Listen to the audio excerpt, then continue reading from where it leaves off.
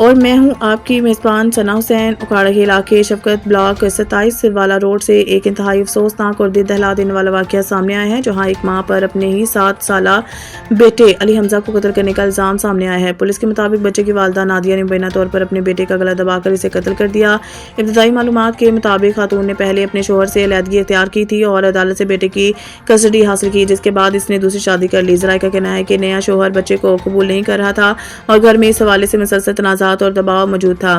بتایا جا رہا ہے کہ اس کشیدہ ماحول نے اس افسوسناک واقعے کو جنم دیا۔ یہ واقعہ نہ صرف ایک ماں کے کردار پر سوال اٹھاتا ہے بلکہ معاشرتی رویوں اور گھریلو دباؤ کی سنگینی کو بھی ظاہر کرتا ہے۔ سوال یہ ہے کہ آخر وہ کون سے حالات تھے جنہوں نے ایک ماں کو اس حد تک مجبور کر دیا کہ اس نے اپنے ہی جگر کے ٹکڑے کی جان لے لی، اور کیا اس سارے معاملے میں صرف ایک فرد کو ذمہ دار ٹھہرایا جا سکتا ہے یا اس کے پیچھے ایک پورا معاشرتی مسئلہ کار فرما ہے؟ پولیس نے واقعے کی تحقیقات شروع کر دی ہے اور ذمہ داران کے خلاف قانونی کارروائی کی جائے گی۔